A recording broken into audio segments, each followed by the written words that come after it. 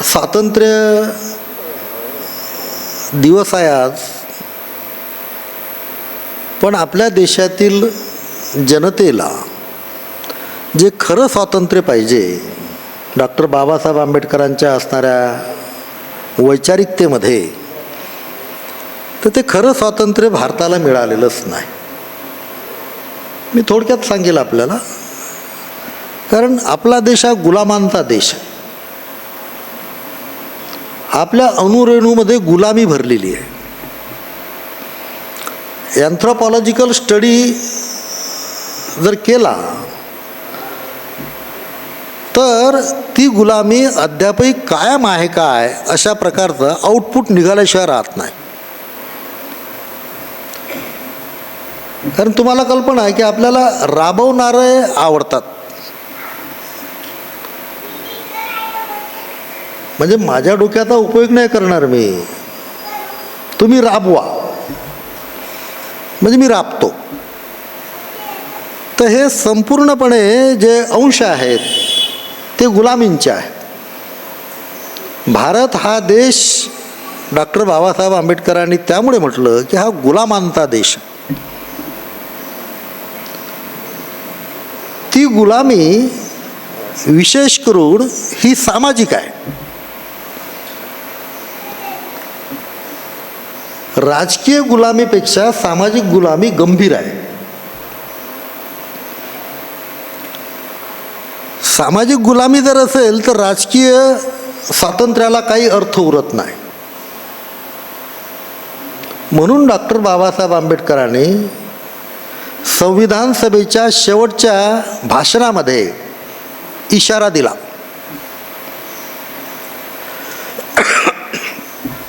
संविधान सभेच्या शेवटच्या भाषणामध्ये इशारा दिला की आजपासून आपणाला राजकीय स्वातंत्र्य मिळालं. म्हणजे वन मॅन वन वोट, एका व्यक्तीला एक मत देण्याचा अधिकार, हे राजकीय स्वातंत्र्य आहे. ते कसं गुलामीत अडकलेलं आहे याचा उल्लेख अनेक विचारवंतांनी केला. कारण आपण गुलाम असल्यामुळे आपण भाडतो. भाडतो शब्द जरा लक्षात येईल. आपण भाडतो, प्रलोभनाला भाडतो. 500 रुपये दिले की वोटिंग तिकडे, घरी दारूच्या बॉटल पाठवल्या की वोटिंग तिकडे.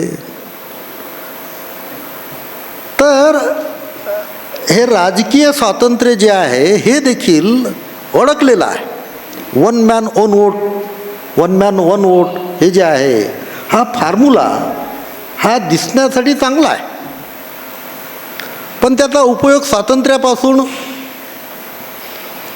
आपण करून नाही राहिलो, कारण आपण गुलाम आहोत. आणि म्हणून डॉक्टर बाबासाहेब आंबेडकरांनी त्या भाषणामध्ये काय म्हटलं माहिती आहे का, की आजपासून आपणाला राजकीय समानता जरूर मिळाली, परंतु आपणाला संविधानाच्या आधारावर जेवढ्या लवकर आर्थिक समानता आणि सामाजिक समानता मिळणार नाही तोपर्यंत या राजकीय स्वातंत्र्याला अर्थ उरत नाही.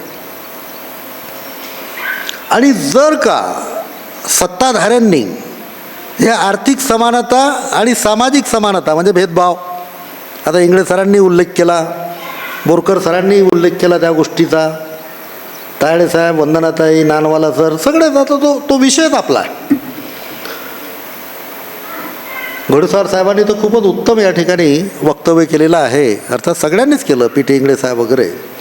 तर माझ्या मित्रांनो, काय झालं की आर्थिक समानता आणि सामाजिक समानता जी आहे, म्हणजे आता इंगळे सरांनी जो उल्लेख केला, ॲनिहिलेशन ऑफ कास्ट, जातीचं निर्मूलन, एवढ्या मोठ्या जगविख्यात समाजशास्त्रज्ञानं सांगितलं ते स्वातंत्र्याच्या अगोदर की या देशातून जात नष्ट झाली पाहिजे. जात नष्ट झाली तर आर्थिक समानता आणि सामाजिक समानता याला विलंब लागत नाही. आणि याच भाषणामध्ये बाबासाहेबांनी इशारा दिला, जर सत्ताधाऱ्यांनी कमीत कमी कालावधीमध्ये संविधानाच्या आधारावर या देशामध्ये आर्थिक समानता आणि सामाजिक समानता निर्माण केली नाही तर हा देश पुन्हा पारतंत्र्यात जाईल, पुन्हा गुलामीत जाईल आणि नंतर हा देश कधीच स्वतंत्र होणार नाही. कल्पना करा. आणि वाटचाल तिकडे चालू आहे, पारतंत्र्यात जाण्याची वाटचाल सुरू आहे. आपल्या देशातील बहुजनांना हे RSS वादी लोकांनी, प्रतिगाम्यांनी कठपुतली केलेला आहे. बहुजन समाजासाठी शिवाजी महाराजांनी, महात्मा फुलेंनी, सावित्रीबाई फुलेंनी, कल्पना करा, या देशाची अर्धी जनसंख्या स्त्रिया ह्या गुलामीत होत्या. ब्राह्मणाची स्त्री असो का कोणती स्त्री असो, ते गुलामीत होत्या. शिक्षण घेता कामा नये. अर्ध्या जनसंख्येला सावित्रीबाई फुलेंनी आणि महात्मा फुलेंनी शिक्षणाचे द्वार हे उघडून दिलेले आहे. ह्या आमच्या जवळजवळ सगळ्या स्त्रिया ह्या कर्मकांड आणि अंधश्रद्धेमध्ये अडकलेल्या आहेत. बुद्धिस्ट स्त्रिया आपण म्हणतो, काही अपवाद वगळला तर देवधर्म उपास तापास, 1 कोटीचं घर आहे, आतल्या खोलीत जाऊन पाहिले की सगळं बिलकुल ते रसा तळाला गेलेली किचन लथपथ भरलेलं आहे. कोणता असा 3 पायाचा, कोणता 2 पायाचा, कोणता पितळचा, तर कोणता लोखंडाचा, तर कोणता दगडाचा, तर कोणती देवी, तर कोणतं काही. आणि म्हणून याचं इंट्रॉस्पेक्शन करण्याची गरज आहे आपली तमाम. काय आपण बहुजनांनाच म्हणून राहिलो अशातला भाग नाही. आणि मागे आपण विचार मांडला या ठिकाणी. डॉक्टर बाबासाहेब आंबेडकर म्हणाले, स्त्रिया जर सुधारल्या तर समाज सुधारतो. स्त्रिया जर सुधारल्या तर समाज सुधारतो. कारण माणसाला सरकटिपोर करण्याची ताकद फक्त स्त्रियांमध्येच आहे.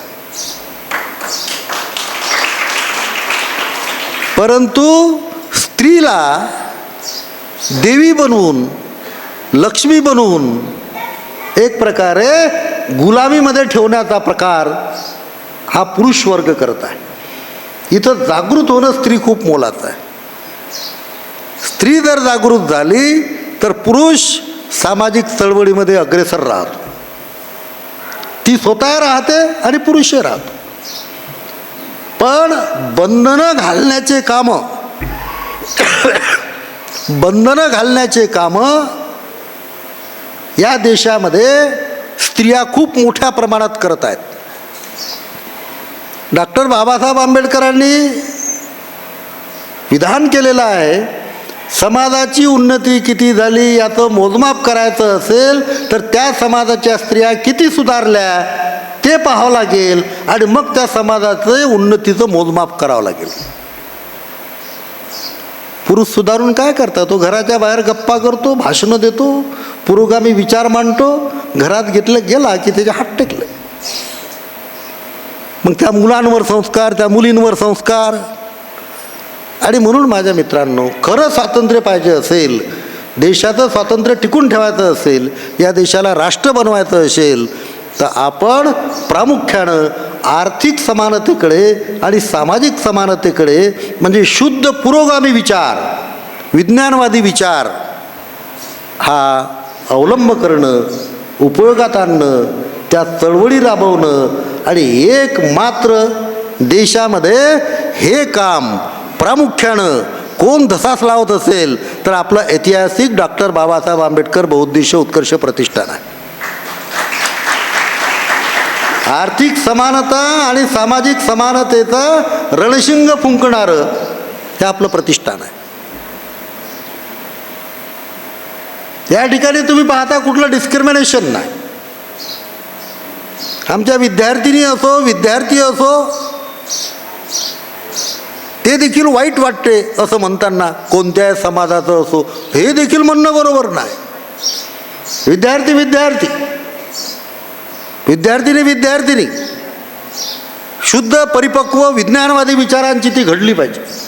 तो विद्यार्थी विज्ञानवादी विचारांचा घडला पाहिजे. त्याच्याकडे विद्यार्थी म्हणून त्याची उन्नती, त्याचा परिवाराची उन्नती झाली पाहिजे या दृष्टीनं प्रतिष्ठान पाहते. कर्मचारी कुठलाही असो, तो निडी असेल, तो प्रतिष्ठानमध्ये कर्मचारी. आणि म्हणून माझ्या मित्रांनो, आपण एक प्रकारची समाजाची आर्थिक क्रांती, छोटं मॉडेल आहे आपलं, पण हा शब्द तुम्ही कोरून ठेवा. समाजामधली आर्थिक क्रांती आणि शैक्षणिक क्रांती म्हणजे सामाजिक क्रांती हे घडवून आणण्याचं या देशातलं कोणतं ठिकाण असेल, हे तुमचं आपलं ऐतिहासिक प्रतिष्ठान आहे. हे तुमचं आपलं सगळ्यांचं आहे. अनेक बहुजन समाजाचे लोक नजर लावून इकडे आहेत की खूप चांगलं काम करतायत. ते येत आहेत, व्हिजिट देत आहेत. मागासवर्गीय वर्ग देखील, मग SC, ST, NT, VJ तमाम वर्ग या प्रतिष्ठानकडे आशेनं पाहते आहे. आणि म्हणून या अनुषंगानं आपलं स्वातंत्र्य अबाधित कसं राहील आणि खरोखर अभ्यासाच्या आधारावर आपल्याला हे विचार कसे प्रसवता येतील याचा विचार आपण आजच्या तारखेला करण्याची गरज आहे, एवढं मी सांगतो. पुनश्च आपणाला स्वातंत्र्य दिनाच्या हार्दिक शुभेच्छा देतो आणि थांबतो. जय भीम.